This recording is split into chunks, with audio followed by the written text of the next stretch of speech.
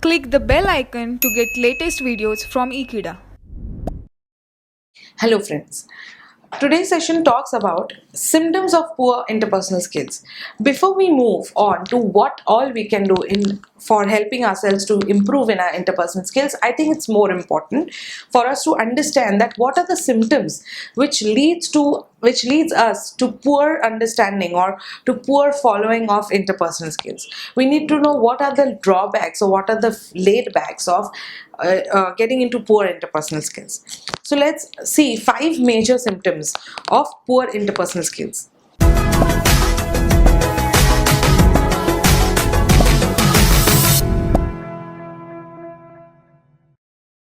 First one, of course, since I said at least 5 times back, it's exhibiting lack of self-awareness.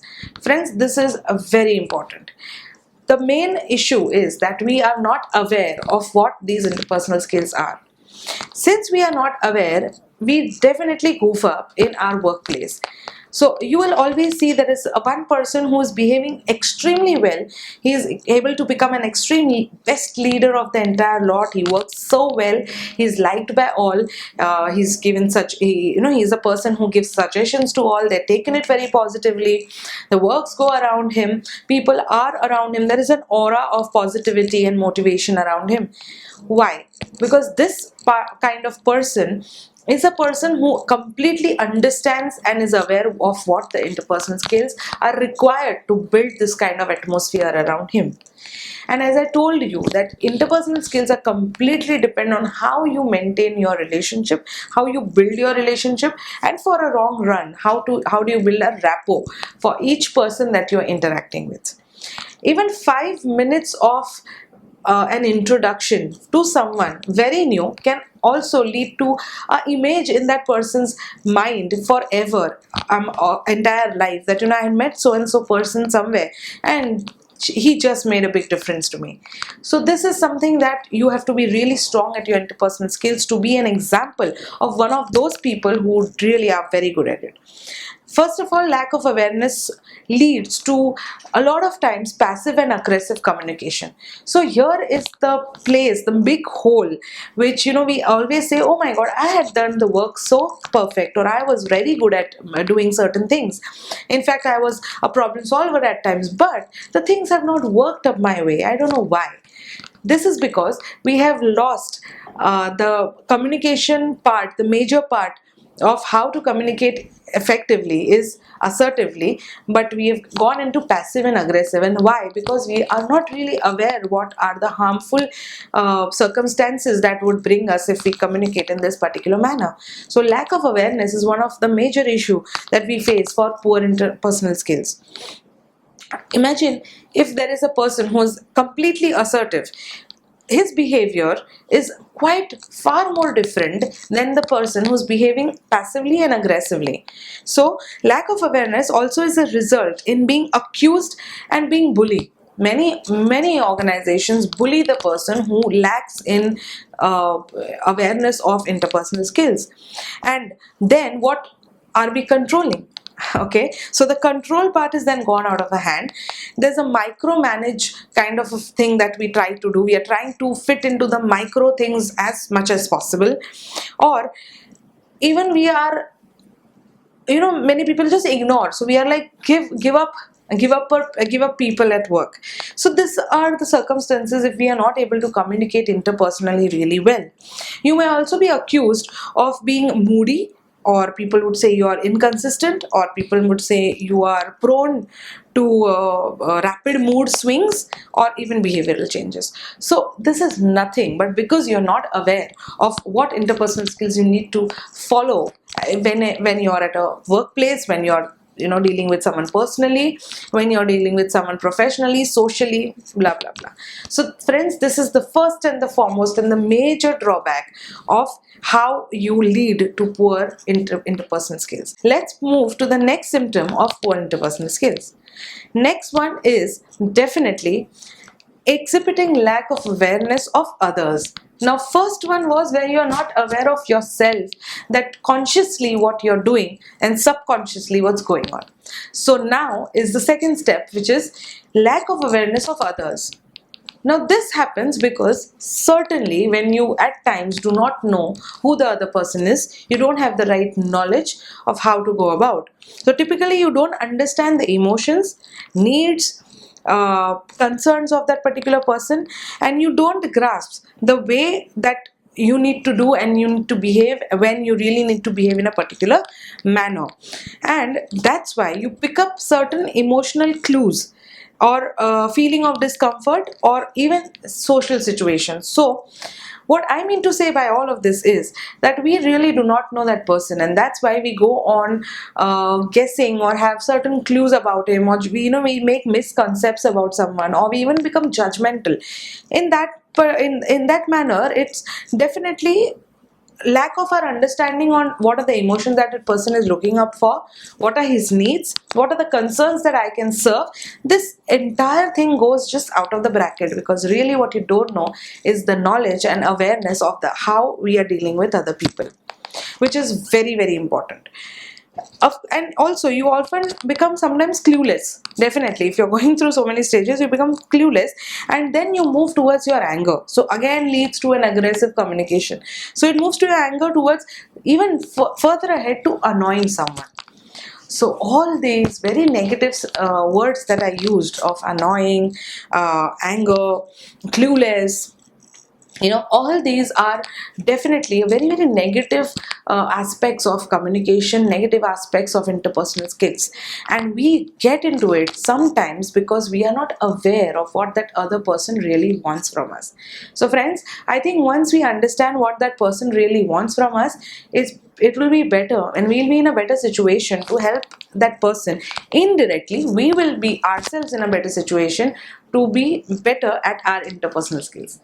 So this was the second major reason why we why we go through certain poor interpersonal skills. Let's see the third symptom of poor interpersonal skills. Now, the third and the major symptoms of poor interpersonal skills is exhibiting poor interpersonal communication.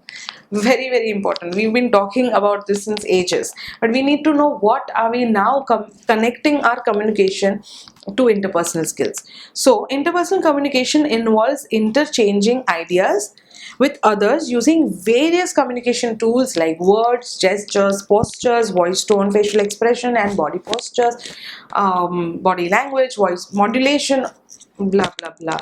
All this, which is verbal and non-verbal communication, it comprises both together, put in, and then what we announce is interpersonal communication. So someone whom so interpersonal communication involves all this. This particular skill is the lifeblood or the lifeline, I would say, of an organization, because effective communication dedicates operational efficiency and facilitates teamwork. This is the main part of the entire organization running very well. Imagine if a communication gap can lead to a lot of poor circumstances, like if there is no communication between two people sitting right next to each other and there's such a big communication gap, you can imagine how can we then talk about interpersonal communication at all. So that is where interpersonal communication is very important, to reduce the gap, fill the bridge, and then come to each other and giving best of what we can do in a organization. So definitely it comprises it. What helps us is the efficiency of work and building the teamwork together. That's the major part of interpersonal communication. Ineffective communication is characterized by the use of certain types of language which says you. So now there comes the language barrier also, which we normally talk about when we talk about communication skills, which plays a major part of interpersonal skills. So language, if so typically uses certain approach to communication when we face a problem. So let's see what are the language issues, or what are the problems that leads us if we are not if the language is the main issue, of the language is the main problem. Directives and universal statements, for example, are a sign of poor interpersonal communication. Now, directive statements either pass negative comments. So these are something like that you're directing on to. So a negative judgment or any other person around us, such as you are, you need to, you have to, something that we are putting on that person, being extremely judgmental and a very, very negative feedback. Rather than putting it in an assertive way, we are putting it completely as if it's an order. This kind of language, which is so dominating in a way, is, I can't say aggressive, but very dominating. This also leads to certain misunderstandings and leads to a chaos. So this is something that we need to improve in terms of language. Whereas universal statements are expressions that generalize a person's character or a behavior in a negative way. So when I say universal statement, means I am talking about certain person's behavior in a very negative way. Let's see how. The most common types of universal statements include the words which are really negative about a person's behavior. So something which describes a person's behavior, like always, never, again, so, every time, such as, and everyone. These, if you form a sentence, you will always see that there are more negative sentences attached to these kind of words. So these are certain universal statements which also we must avoid. So directive statements and negative statements is something, or universal statements are something. Now, since you know what are these by examples which I've given you, I think these are some things that help us, or these are some things which force us to change the tone of our language. So our entire tone of the language and the meaning of the sentence changes, that even if you want to communicate a normal thing in a normal way, it finally comes up to a very dominating kind of a behavior. So that's one thing that one thing is a major symptom of going towards poor interpersonal skills. Invalidation of feelings is another aspect of inefficient communication and often occurs in conjunctions with poor listening skills, and occurs when we recognize emotions, positive or negative, coming out of a person, but either discount, belittle, minimize, ignore, or negatively judge these feelings. So what happens when we talk about invalidation of feelings is, these are certain ineffective communication skills that we built up because we really are not aware of what we need to what we need to show in terms of interpersonal communication. They are often leads to poor listening. So when it leads to poor listening, definitely we lack in recognizing people's emotions, people's positive or negative gestures or understanding, how a person should come out, or how that person looks to us. But we either discount it, we either ignore this, we either negatively put up our judgments over it, we judge a person's feeling negatively. Why? Because we are not looking at that person or listening correctly to that person, or we are definitely not aware of what we are doing in terms of interpersonal communication.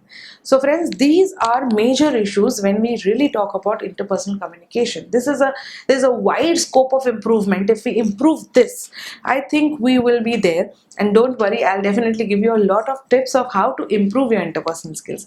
Let's see the next symptom of which leads us to poor interpersonal skill. Exhibiting lack of awareness towards group dynamics. So now we know what happens if we are not aware of certain interpersonal skills, if we are not aware of other people's around us, what they lack, what our knowledge, what lacks to understand them. This happens if we are not aware of interpersonal communication. And the third and the major aspects which finally leads to a poor group interpersonal skills, which definitely is lack of awareness towards our group dynamics. Now, what the group wants, in what direction does the group take us, how should we deal when we are in a group, what is team building, what is team working. These are some things which we lack to understand, and that's why we definitely move towards a symptom. We then become a symptom of poor interpersonal skills. People often take and distinct roles and behavior when they work in a group. So there are different roles, there are different dynamics of each person working in a group. Definitely, a front desk, suppose if there is a group on the front desk, one person will be receiving up people, the customers coming in. One person will be only concentrating on calls or follow-ups and appointments. One person would be only concentrating on, making the people comfortable by moving around on the floor. So these are different responsibilities and roles given to different people dynamically in a working organization or in a group. Group dynamics describes the efforts of these roles. Now, how these roles are more effective is what we mean by group dynamics. So, dynamics is something that helps you to grow your interpersonal skills when you are in a group. Okay, so in a group with poor group dynamics, so imagine what happens if you're at the poor group dynamics. People's behavior disrupts the work. The entire working atmosphere goes on a toss. The other people who are working very well, along with that person who is not following those interpersonal skills correctly, they get disturbed. The environment is then negative, and it leads to definitely a very, very negative name or a bad feedback over that work environment or the workplace. When you exhibit lack of awareness of negative group dynamics, now you don't even know what is a group dynamics, but on the top of it you don't even know what are the negative group dynamics that you're possessing to that place, you inadvertently contribute to the situation. So the situation is already negative and your contribution to that negative situation is 100%. So this is what happens when you lack of awareness towards group dynamics. When you are constantly surprised by by infighting or resisting from within a group, or find yourself getting pulled or being pulled into stupid fights or arguments or disagreements, or you are maybe oblivious to the inner working of the group. So something that you have to. So these are all symptoms. It gives you a signal that you're going to a wrong path or you're going to the negative path of interpersonal skills. Now all this, when you see that you are the only person getting pulled, you're the only person who's in disagreement, you're the only person who's not agreed to certain things, you're the only person continuously into some kind of arguments, is a signal to you, say, where it shows you that now I'm giving you a signal where you are the only person out of the group who lacks in certain skills. Stop, we need to brush it. So this is one of the major issue that we face when we are in a group and when we cannot put our dynamics 100%. So friends, these were 4 major symptoms of various situations of how you go towards poor interpersonal skills. Let's see the last and the 5th symptom, which holds you responsible for poor interpersonal skills. Exhibiting lack of awareness towards distinction amongst people across different generations, personal, professional disciplines, and also diverse cultures.